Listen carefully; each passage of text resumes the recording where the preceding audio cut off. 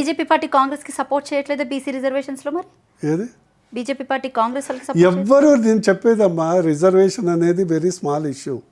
నేను అనేది ఆర్థిక ఎదుగుదల లేనిది ఈ స్థానిక సంస్థల రిజర్వేషన్ అనేది స్మాల్ ఇష్యూ. మరి రేవంత్ రెడ్డి ఇప్పుడు సప్లాన్ చట్టబద్ధత కల్పిస్తాము, 1,00,000 కోట్లు ఇస్తామన్నారు. అది కోట్లు ఏం అడ్డం రాదు కదా. కోట్లు ఎట్లా కొట్లేస్తాయి. కోట్లు కూడా బీసీలకు వ్యతిరేకమే. కోట్లు కూడా 100%. ఈ దేశంలో 2 లాస్ ఉంటాయి. ఒకటి ఫర్ బీసీస్, ఒకటేమో అందరికీ ఒక లా, బీసీలకు ఒక లా. ప్రతిదీ బీసీకి వ్యతిరేకంగా ఉంటుంది. అది కోర్టుకు పోని, సుప్రీంకోర్టు కానీ, హైకోర్టు కానీ, ఈ రాజకీయ వ్యవస్థలు కానీ. అంతో ఇంతో మోడీ గారు ఉండబట్టి బీసీలకు కనీసం ఒక 27% మంత్రి పదవుల్లో కానీ, వివిధ స్థానాల్లో బీసీలకు కానీ, అంతో ఇంతో బీసీలకు కొన్ని పథకాలు కానీ, వివిధ స్కీములు కానీ రావటం మోడీ గారు చలవాలి.